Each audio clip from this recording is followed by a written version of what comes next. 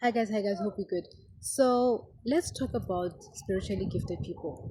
Most people who are in this journey, especially if you're going through self-initiation, you have this tendency of attracting people who need healing, and these are mostly your patients. But because you don't know whether these people are your patients or not, lejola le bona, then you are not going to be allowed to leave that relationship, because remember, you still have to go through the healing process with that person or assist that person with the healing they need to go through in your hands. Once you have done the work of healing this person, maybe they have childhood traumas, maybe they themselves are also spiritually gifted, and that's the part that you need to assist them with, especially if you have started your journey. Once you are done with the healing journey with this person that is supposedly your partner, because the time that you would have spent doing the work is now over. You've done the work, they have healed through you, and now they are going to be better lovers for other people, because you were actually there to help them become the best version of themselves for other people. So if you are not aware that you are a healer, but you know that there's certain things about you that makes people attracted to you, maybe you have this healing energy, your energy, you are sort of a magnet, and this magnet, you have to be it, because that's how your patients are going to be attracted to you.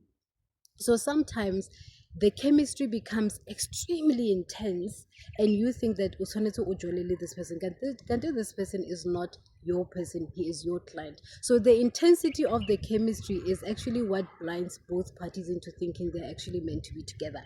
And that is why after intimacy and after getting to know each other better, and you live together and humanity, and you think, oh, you found your soulmate, you actually now start clashing and you start fighting as intensely as you had this chemistry, because the period of time and the season that you needed to be together is now officially over. So you need to know whether you are dating your patient or whether you are dating your man or your wife or your woman. How do you know or you are dating your patient? If you're always giving spiritual advice, telling them how to pasha, telling them how to pray, telling them whether they should fast or not, and all of that, food they should eat and all of that, that means uko mosebetsing. Because if you spend 80% of your time ministering to your partner, you are definitely uko mosebetsing.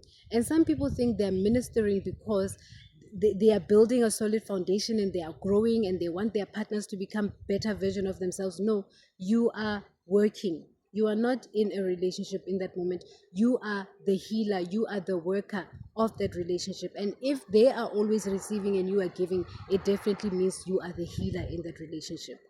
A relationship that is stable, a relationship that is ordained, where both of you are meant to be partners, you will give to each other equally, or maybe not, but you can't spend 80% of your time fixing someone, wanting someone to be a better version of themselves, wanting someone to improve their life, wanting someone to be the best version of themselves, whilst they are not pouring the same amount of quality in your life. That essentially means you are the healer in that relationship, right? And so you have to always understand your calling, because setting, they are not always spiritual. Setting, you are just here to become a fixer, fix that relationship and move on to the next one. Until lewena, through the experiences that you are having, you then start realizing that the constant need to fix other people means there are parts of you that also need fixing. And the person that you are trying to fix is not going to fix you because you are there to fix them, but they are meant to reflect parts of you that still need to be fixed. Which then means, through what you have learned in this relationship, it means it will now be time for you to fix parts of you or parts of yourself that need healing. Because it's not always that other people are the problem.